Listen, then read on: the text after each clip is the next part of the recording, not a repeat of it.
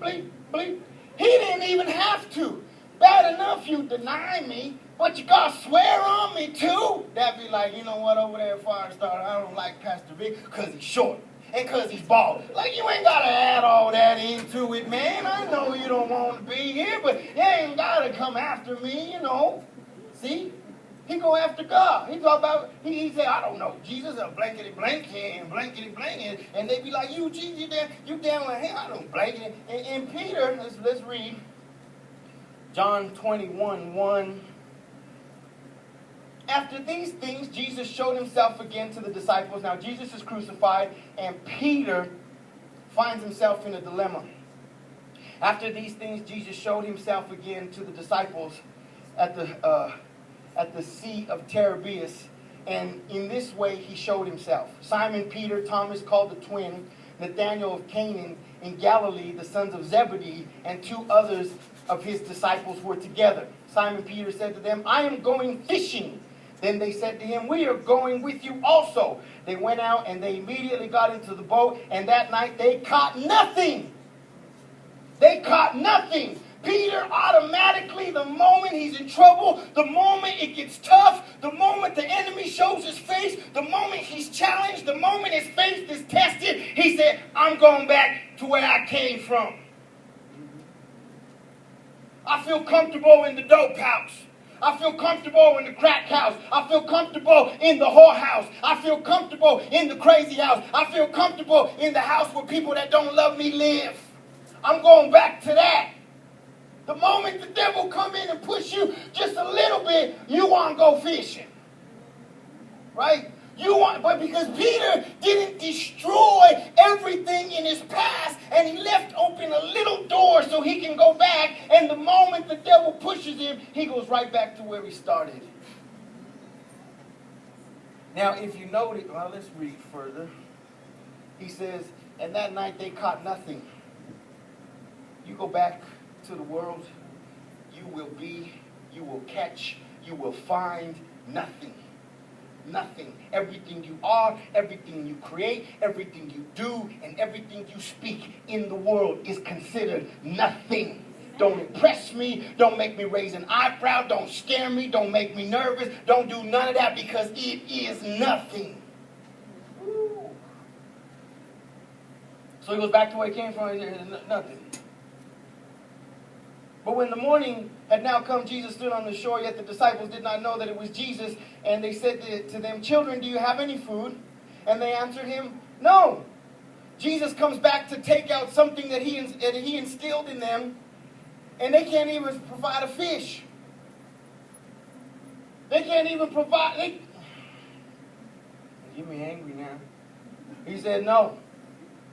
And then he said to them, cast the net on the right side of the boat, and you'll find some. So they cast, and now when they were able to draw because of they were not able to draw in it because of the multitude of fish. Therefore the disciples whom Jesus loved said to Peter, is that the Lord? And Simon Peter heard that it was the Lord. He put on his outer garment, for he had removed it, and plunged into the sea. But the other disciples came in the little boat, for they were not from that land, but were about 200 cubits, dragging the net with fish. To the land they saw a fire of coals, and the fish laid on it of bread. Jesus said to them, bring some of the fish here which you have caught. Simon Peter went up, and he came, and they sit down, and they ate breakfast. They sit down, and they ate breakfast, and some of the fish that Jesus told them to catch. You know what the problem is when we go back to the world? We're always on the wrong side. Y'all's on the wrong side. Y'all's on the wrong side. You know what you do? God said a beautiful wife into your life, man. You go back to the world, you end up with the wrong woman.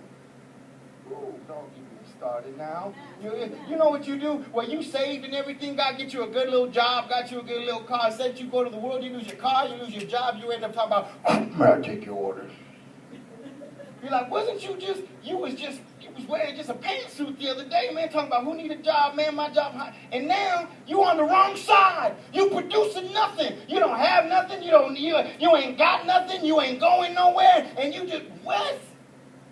And them on the wrong side. So Jesus come, and they have breakfast. Let's jump down to 15.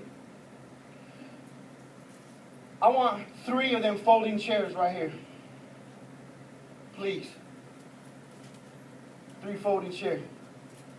So when they had eaten breakfast, Jesus said to Simon Peter, Simon, son of Jonah, do you love me more than these? And he said to him, yes, Lord, you know that I love you. He said to him, feed my lambs. So Jesus comes down, he goes in. You know what the good thing about Jesus is? He will go to your nothing and find you and encourage you. I won't. Yeah. No, not really my thing. I know. Sounds like a pastor should be like, well, leave the 99 and go after the one. No, not me. No. If 99 people get it and one don't, maybe God will come and visit you.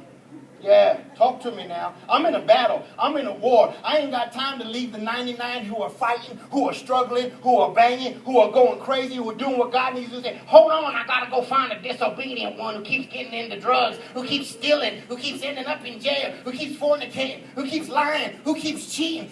When you're done doing all that and you've destroyed some things in your life, come back, baby. I'll hold your spot for you. But right now, I'm in a war.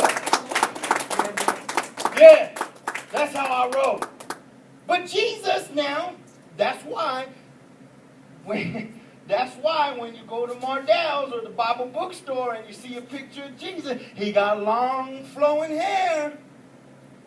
I am not Jesus. You ever show up to Mardell's and you see Pelon, Pastor Vic up there, you be like, that's not Jesus. Take it down, that's blasphemy. Jesus show up, be like, I love you, baby. Come on, I got unconditional love for you, and I died for you, and I bled for you. Me, go ahead, get your fill. Kill your liver, kill your kidneys, kill your family.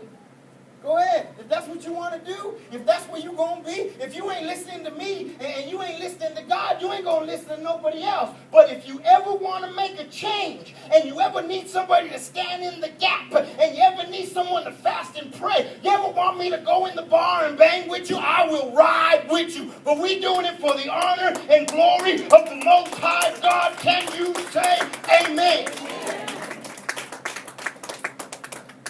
Hey, ladies, call me up. Harlot, we'll go and just slap everybody up. Get away from her man. Remember when Jesus came into church? Started pulling table. I'll go to your house, man. Push your table over. Tell your man to act right. They be like, we're going to clean it up. I don't know, man. I got 3 other houses to turn over before Misty get off work. Amen. I got to go clean my own house. So Jesus tells people, Peter, do you love me? And he says, you know that I love you. I like it when people say they love you and then they don't show you that they love you. You know anybody like that? No, come on. They don't have a hallmark for that. You know, you ever get a card that says, I just wanted to say I love you. Don't mean it, but have a great day. I love you. Don't call me. Have a great You know what I'm talking about? So Jesus shows up. He said, Peter, do you love me? Peter says, yeah, Lord, you know I love you. He said, feed my lamb. Let's see. Next one, 16. He said to him again for the second time, Simon, son of Jonah, do you love me? He said to him, yes, Lord, you know that I love you. He said, then tend my sheep. Now the second time, now Jesus looked to me a little desperate. Jesus looked to me a little desperate. Jesus looked to, he got to tell him once, he got to tell him twice. Jesus doesn't seem to me the insecure type. I'm a little insecure. I'm the one that kind of be like, do you love me? Yes, I love you. Well, say it. you know, come on, say it. Man, I'm at work. Come on, man, say it. Dial 2 if it's yes. Yeah. Come on.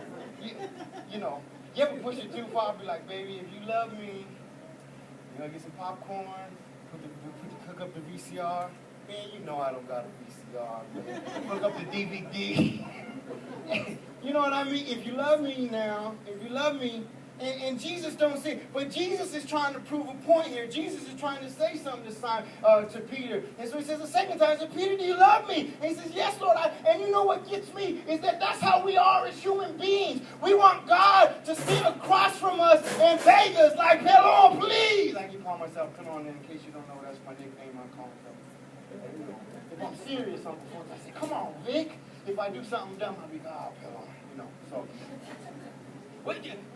We want God to sit across and say, come on, Victor, come on, get up, you're wonderful, you're beautiful, man. Come on, you just made a mistake, I'll cover you, I'll tell you. And well, Lord, you know, if you say it again, okay, Lord. And here God had to have a dialogue with us, and He begging us to do His work, which is amazing and glorifying and overcoming and victorious, and it's a healing, and it's an answer to our question, and it's a power in our weakness, and it's a light in the darkness, it's a calm in the storm, and yet God trying to convince you, do you love me? Amen. So the third sister says to him. He said to him for the third time, Simon, son of Jonah, do you love me? Peter was grieved because he said to him a third time, do you love me? And he said to him, Lord, you know all things. You know that I love you. Jesus said to him, feed my sheep. See, I understand, Peter. I understand, Peter, because I am in that position at times where God comes and He finds us doing the things that He brought us out of. He finds us talking to the people He just told us to excommunicate. He finds us driving by the houses we got no business driving by. He finds us in a predicament we shouldn't be in and has the audacity to say, do you love me? And because of our guilt, and because of our frustration, and because of our own low self-esteem, we sit there and Jesus says, do you love me? And you say, Lord, you know that I love you. You know that I love you. Why do you ask me when you know that I love you?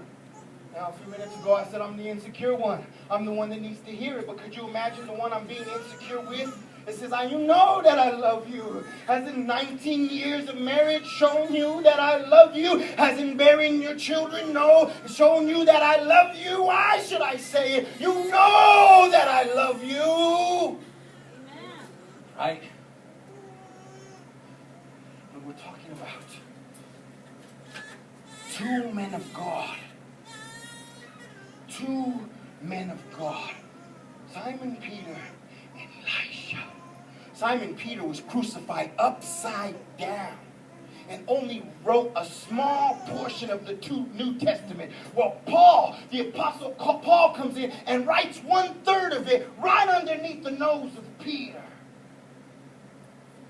Peter crucified. But Elisha lived a long, full life. Man of God for over 60 years. Yes. Never went back to walking behind the south end of a northbound ox ever again. That's funny. Two different events in their lives. Both go to heaven. But each went about it in a different way. I need some Elishas right now who won't go back, who don't need to go back, who can't go back. I need some folk that'll sit with me and say, where do we go from here, Pastor? Because I destroyed everything in my past. I can only go to the future. I can't go back because I burnt the bridge. I can't go back because I threw away the number. I can't go back because I forgot the address. I can't go back because I destroyed all that in my life. That's what I need. I don't have time to mess around with Peters right now. I don't have time to be going, where did brother, so where's it, where, you know, they out fishing, they out, time for that. We're living in the last days. I don't want God to show up and have me living in a different house than my wife. I'm living in the last days. I don't want God to show up and find a cigarette in my hand. I'm living in the last days. I don't want to show up and have God find me cursing him out. I'm living in the last days. I don't want God to show up and find me at the end of a bar stool feeling sorry for myself. I'm living in the last days. I don't want